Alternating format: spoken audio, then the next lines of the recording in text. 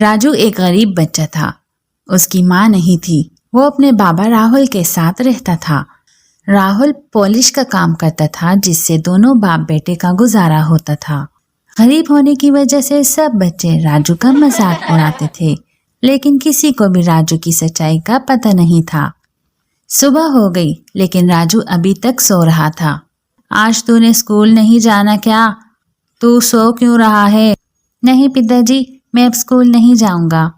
तू स्कूल क्यों नहीं जाना चाहता? पढ़ेगा लिखेगा तो हमारी गरीबी दूर हो जाएगी। चल जल्दी से तैयार हो जा। नहीं पिताजी, मैंने कहा ना, मैं अब स्कूल नहीं जाऊंगा। ये कैसी जिद है राजू? स्कूल नहीं जाएगा और मैं काम पर भी नहीं जा पाऊंगा। ये जिद नहीं है पिताजी। फिर क्या बात है? आपने 3 महीने से स्कूल में फीस नहीं भरी। टीचर ने कहा कि जब तक मैं फीस नहीं भर लेता स्कूल में मुझे आने की कोई ज़रूरत नहीं है। तो ये बात है, मैं आज ही स्कूल की फीस का इंतज़ाम करता हूँ। ऐसा कहकर राहुल जूते पॉलिश का सामान लेकर घर से निकल पड़ता है। राजू सरकारी स्कूल में पढ़ता था। 100 रुपये के हिसाब से 3 महीने की फीस 300 रुपये बनती थी। इतने पैसे राहुल के लिए एक दिन में कमाना आसान ना था। एक दिन में मुश्किल से 100 रुपये कमा पाता हूँ और खाने पीने में वो खर्च हो जाते हैं। मैं 300 रुपये कहाँ से लाऊंगा? लेकिन मैंने राजू से वादा किया है, मैं किसी भी तरह पैसों का इंतजाम करूंगा। मेरा राजू अगर पढ़ लिख जाएगा तो बड़ा आदमी बन जाएगा। ये सोचते सोचते राहुल सड़क के एक किनारे पर जाकर बैठ जाता है, जहाँ वो रोज बैठकर लोगों के जूते पॉलिश किया करता था। राहुल वहां अपना काम शुरू कर देता है, लेकिन वो बेहद परेशान था। एक सेठ रोज राहुल से जूते पॉलिश करवाने वहां आया करता था। उस दिन भी आया। राहुल सेठ की आवाज सुनते ही राहुल हैरान हो गया। राहुल जी सेठ जी। सेठ जी ने अपने पाँव राहुल के सामने रख दिए। राहुल उसके जूते पर पॉलिश करने लगा। क्या बात है, आज तेरा काम में मन नहीं लग रहा? नहीं सेठ जी, ऐसी बात नहीं है। फिर राहुल ने अपनी परेशानी सेठ जी को बताई। तो ये बात है, 300 रुपये ये लो, अपने बेटे की स्कूल की फीस भर देना। नहीं सेठ जी, ये मैं कैसे ले सकता हूँ? इतने ज्यादा पैसे मैं कैसे लौटाऊंगा? इसमें परेशानी की क्या बात है? तुम मेरे जूते पॉलिश के साथ साथ मेरी गाड़ी भी साफ कर देना। ठीक है सेठ जी, आपका बहुत बहुत शुक्रिया। राहुल खुशी खुशी वो पैसे लेकर राजू को देता है। राजू बेटा, ये लो पैसे, कल अपने स्कूल की फीस भर देना। दूसरे दिन राजू स्कूल जाता है और अपनी टीचर को फीस दे देता है। इस दफ़ा तो मैं माफ़ कर रही हूँ राजू, लेकिन अगली दफ़ा तुमने देरी की तो तुम्हारा स्कूल से नाम काट दूंगी। राजू चुपचाप अपनी सीट पर जाकर बैठ जाता है, लेकिन क्लास के दूसरे बच्चे उसका मजाक उड़ाने लगते हैं। ये पैसे कहाँ से लाते हैं? कहीं से चोरी किए हैं क्या, या उधार मांगकर लाया है? नहीं नहीं, किसी से भीख मांगकर लाया होगा। ऐसा कहकर सब बच्चे हंसने लगते हैं। राजू उदास हो जाता है, लेकिन किसी से कुछ नहीं कहता। राजू को रोता देखकर क्लास टीचर कहती है, क्या बात है राजू, तुम रो क्यों रहे हो? राजू टीचर को बताता है कि बच्चे उसका मजाक उड़ा रहे हैं। तुम इतनी देर से फीस भरोगे तो सब बच्चे यही कहेंगे ना, अगली बार वक्त पर फीस भरना। राजू टीचर को कुछ नहीं कह पाता। कुछ दिन तक सब कुछ यूं ही चलता रहा, लेकिन अचानक एक दिन राहुल की तबीयत बिगड़ गई। सुबह वो बिस्तर से नहीं उठा। बाबा बाबा, क्या बात है, आज काम पर नहीं जाना क्या? नहीं बेटा, आज मेरी तबीयत ठीक नहीं है, तू स्कूल चला जा।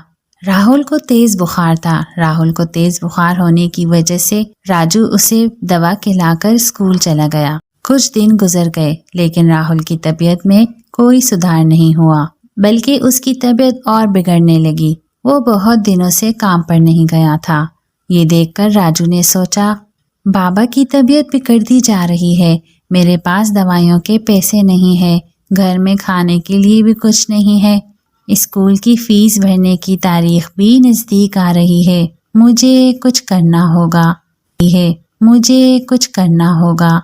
ऐसा सोचकर वो घर की जिम्मेदारी अपने कंधों पर ले लेता है। दूसरे दिन स्कूल जाने से पहले वो अपने स्कूल बैग के अंदर पॉलिश का सामान भी रख लेता है और स्कूल चला जाता है। स्कूल में टीचर कहती है, राजू तुम्हारे कपड़े कितने गंदे हो रहे हैं, लगता है तुमने इतने दिनों से धोए नहीं, और तुम्हारे जूते भी इतने गंदे हो रहे हैं। ऐसी हालत में स्कूल आने की जरूरत नहीं है, दूसरे बच्चों पर भी बुरा असर पड़ता है।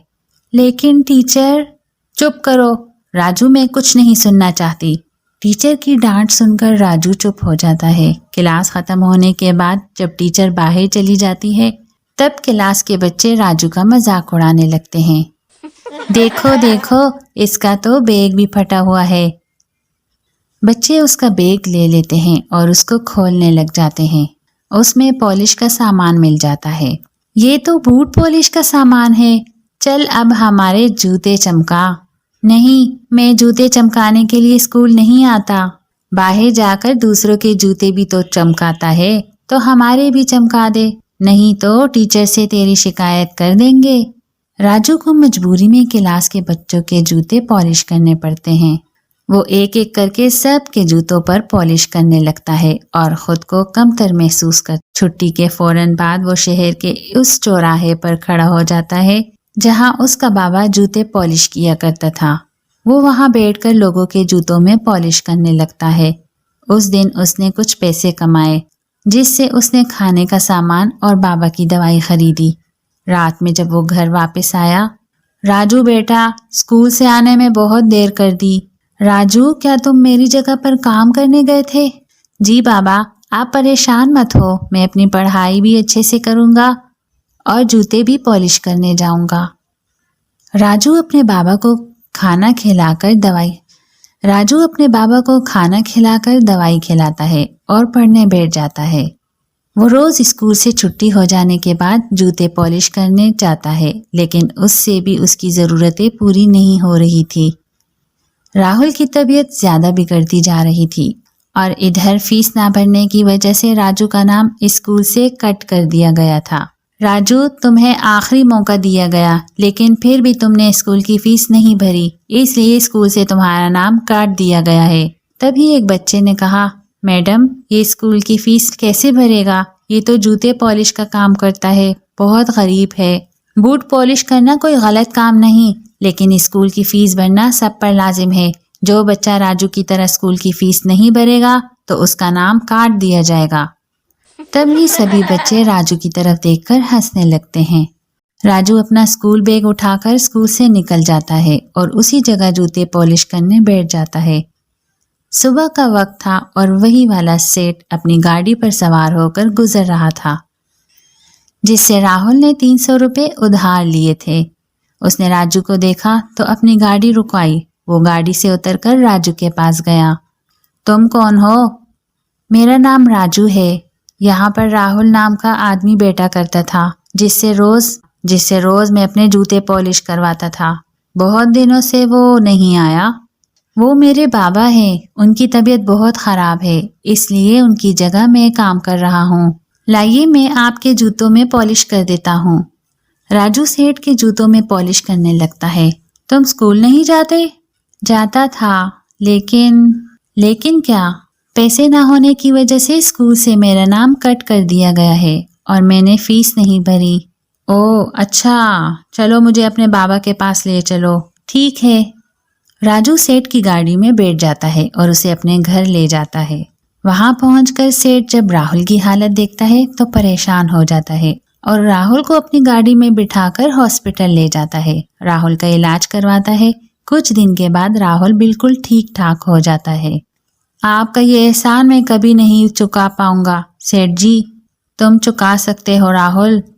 वो कैसे? मैं समझा नहीं।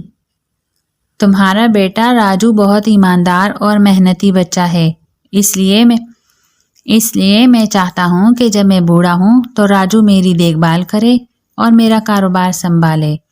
लेकिन मालिक, मैं बहुत गरीब हूँ, राजू को ठीक से पढ़ा नहीं पा रहा। स्कूल से इसका नाम भी काट दिया गया है। भला एक अनपढ़ लड़का आपके कारोबार की देखभाल कैसे करेगा? इसकी फिक्र मत करो, मैं राजू की पढ़ाई की जिम्मेदारी लेता हूँ। उसे खूब पढ़ाऊंगा और तुम लोगों के रहने खाने का भी इंतजाम कर दूंगा। आपका बहुत बहुत शुक्रिया सेठ जी।